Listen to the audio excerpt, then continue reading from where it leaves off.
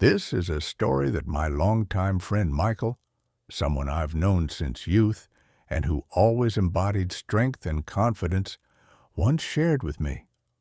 One day, over a cup of coffee in a small cozy cafe, he quietly began to recount how one act of infidelity turned his life upside down, how betrayal made him question his own worth and the life he had built over the years. Michael had always been a man of principles. He adhered to ancient teachings, believed in forgiveness, and trusted in the power of healing through love and wisdom. But fate dealt him an unforeseen blow. His wife, with whom he had been married for nearly 10 years, became involved in a secret romance with a colleague. At first, Michael could not believe his ears. The news of her unfaithfulness sounded like a terrible nightmare mixed with pain and deep disappointment. He recalls that one ordinary evening, as they dined together, everything changed. Hushed words, an unyielding silence at the table, and a gaze filled with shame and fear. In those first days after the revelation, Michael suffered excruciating pain. He wandered through the deserted streets of the city, his thoughts trapped in an endless loop. How could this happen? Why had his trust been so utterly betrayed? Every minute felt interminable, and his heart, as if tightening in a vice, refused to let go of the hurt. He began writing in his journal, recording every thought, every pang of pain.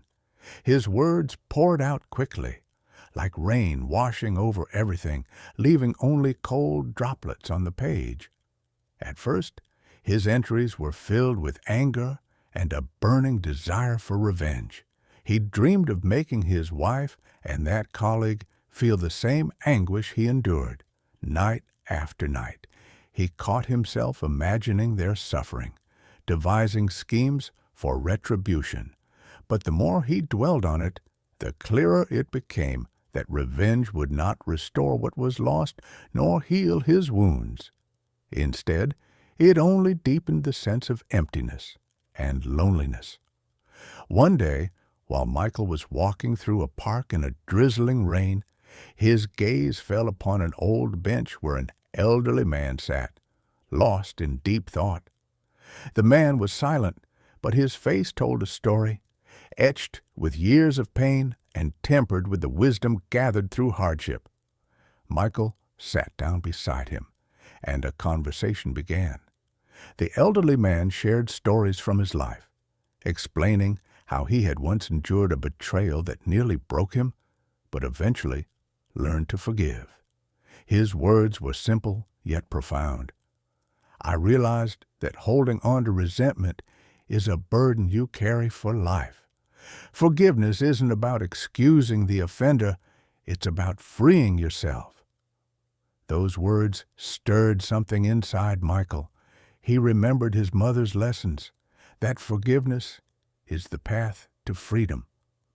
The old man's words echoed in his soul, and Michael felt the ice slowly begin to melt in his heart. He wondered, could there be another way besides revenge, a path that might lead to healing? Could forgiveness become the key to a new life where pain gives way to understanding and love? Michael started to change his habits. He began attending personal growth seminars, reading books on the psychology of forgiveness, and seeking answers in spiritual conversations. He recorded every new thought, every small insight that helped him realize that life continues even if the past leaves deep scars. Yet, the internal conflict did not vanish immediately. Nights remained the hardest as he battled the ghosts of his past, recalling every slight and every agonizing moment of betrayal.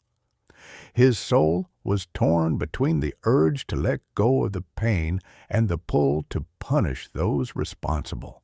One day, several months later, Michael received an unexpected letter. It came from the woman he had once been very close to, his ex-wife. The letter was brief, almost cold, and she pleaded with him to forgive her mistakes. At the same time, the words raised many questions. Why had she decided to reach out only now, after all these months of silence? The letter conveyed more than mere regret. It hinted at a quiet confession, perhaps a desire to change her life. But Michael couldn't immediately believe in the sincerity of her words. Sitting at his desk, surrounded by journals and scattered notes, Michael studied the letter for a long time. His mind raced. Can I trust her? Could this be the beginning of a new chapter? He understood that forgiveness is not an instantaneous process, but a path filled with difficult steps and doubts. Yet, at that moment, he began to feel a new hope stirring inside him, as if light were breaking through the dark clouds of his soul. That evening, Michael went out for a walk to ponder what he had read. As he strolled the city streets, he recalled moments from his childhood when his mother taught him that forgiveness not only heals wounds, but also opens up new horizons. He thought about how sometimes it is through pain that we learn to truly appreciate life, how defeat can mark the beginning of something greater. And then, standing on a bridge, Michael felt the cool, fresh wind wrap around him, as if promising that change was inevitable. His thoughts swirled around one question. What should I do next? How can I live if the past refuses to let go, yet the future remains so uncertain? Michael knew he faced a difficult choice. Inside him, two forces still battled, the desire for revenge and the longing for forgiveness, the urge to remain a prisoner of his pain versus the yearning for freedom. He realized that the decision he made now would determine the course of his entire future.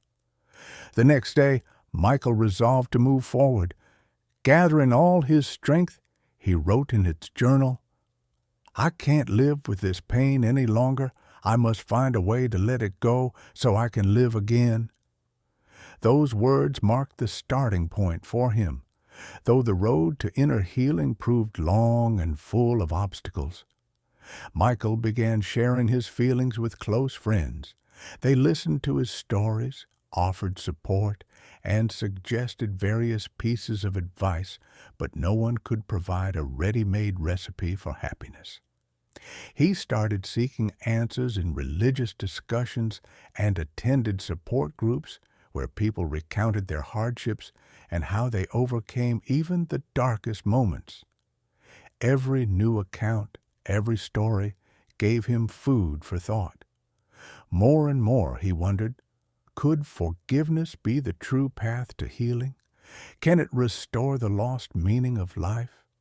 Soon Michael found a small group of like-minded individuals who met every evening in an old bookstore. They discussed books, shared life stories, and sought answers to the questions that weighed on their hearts. It was there that he first heard a story that struck him to his core, a story about a man who, after enduring betrayal and deep pain, found the strength to forgive thanks to the simple words of a stranger on the street. That story, told with such sincerity and simplicity, made Michael ponder. Perhaps the path of forgiveness was exactly what he needed. That evening, as the group gathered in a circle, Michael shared his thoughts and feelings about the letter from his ex-wife and about how long he had struggled with himself. The atmosphere was filled with quiet understanding and empathy. People listened, and someone softly whispered, "Sometimes forgiveness is the hardest, yet the truest path to healing." Those words resonated deeply within Michael, yet he still did not know how to take that decisive step, how to believe that he was truly ready to let go of the past. Michael decided he needed time to sort out his feelings. He continued writing in his journal, recording his dreams and thoughts, sometimes waking at night from nightmares in which images of betrayal haunted him. Yet, at the same time, he began noticing small changes, a glimmer of light in his eyes when he recalled rare moments of warmth and support, even on his darkest days. And then, on one rainy evening, when the city was bathed in the glow of streetlights reflecting on the wet asphalt, Michael received a phone call. The voice on the other end was familiar. It was from an old friend who, like Michael, had once endured a painful betrayal. They talked at length about how hard it is to forgive, about how each of them had walked through the flames of pain and emerged scarred yet wiser. His friend advised Michael to try meeting someone who could help him understand his feelings, someone who had personally experienced forgiveness. Michael thought to himself, perhaps this could be the next step on his journey, another test he had to face. He gazed out the window, where the rain continued to tap softly against the glass, pondering how each raindrop seemed to symbolize a chance to wash away the past and grant a new beginning. Yet, making that decision was not easy. Forgiveness appeared to him as something nearly impossible, requiring a kind of courage that felt out of reach. In that moment, sitting in the quiet of his modest home, Michael realized that his journey was only just beginning. He still did not know what his next step would be, but within him, the desire to choose forgiveness was already budding. His heart was filled with a mixture of fear and hope, pain and a longing to heal. Michael spent several long months immersed in deep thought and searching for his path. He began meeting more and more people who, like him, had faced betrayal and pain. Each encounter offered him a small piece of wisdom, like a puzzle gradually forming a complete picture of his new, liberated self. One evening, several weeks after that rainy phone call, he received an invitation to join a small support group that met every Wednesday in an old cultural center on the outskirts of the city. There, people shared their stories, sought paths to healing, and together tried to understand what it truly meant to forgive. Still torn between fear and hope, Michael decided to take the risk and attend. Among these people, he heard stories that made his heart beat a little faster, not from pain, but from the realization that he was not alone. One of the participants, a man in his 50s, spoke about how he had lost his family due to misunderstandings and, after years of loneliness, had managed to forgive the one who had caused him pain. His words did not sound like an idealized myth, but rather like a lived experience, filled with genuine emotions and real steps toward restoration. Michael felt something inside him begin to change. He started journaling his thoughts, not just about pain, but also about hope, which surfaced with each new meeting and every word of support. Over time, Michael began to ask himself more frequently, what if forgiveness is not about losing yourself, but about freeing your soul from the weight of the past? He returned to old journal entries and reread words he had written in moments of rage. Now they felt foreign, as if they had been written by another person. He remembered how, on nights when his resentment felt unbearable, his mother would softly say, "My dear, holding on to anger means closing your heart to the light." These long-forgotten words resurfaced in his memory and gave him the strength to take the next step. One day, Michael made a decisive choice. He decided to meet with his ex-wife, not to restore the past, but to finally come to terms with what remained inside him, to find out if, perhaps, She had also suffered. The meeting took place in a small cafe with a quiet, almost intimate atmosphere. Gathering all his courage, Michael started the conversation calmly, almost timidly but sincerely. "I received your letter. It hurt to learn about your betrayal. I lived in that darkness for a long time, but I realized that revenge only destroys me. I came here to say, I forgive you, not for you, but for me. I need to be free." Her eyes, filled with mixed emotions, lingered on his face for a long time. Finally, she quietly replied, "I'm so sorry, Michael. I realize now that I lost something truly valuable, and now I'm trying to find myself again." These words did not create an instant miracle, nor did they erase the pain of past years, but they marked the beginning of something new. For Michael, this step symbolized that he no longer wanted to be a prisoner of resentment. Within him, sparks of a new life began to emerge. The possibility of seeing the world not through the lens of betrayal, but through the desire to understand, forgive, and perhaps even change himself. After that meeting, Michael did not immediately find harmony. The path to inner healing proved to be challenging and long. He continued attending support group meetings, writing new journal entries, and sharing his experiences with close friends.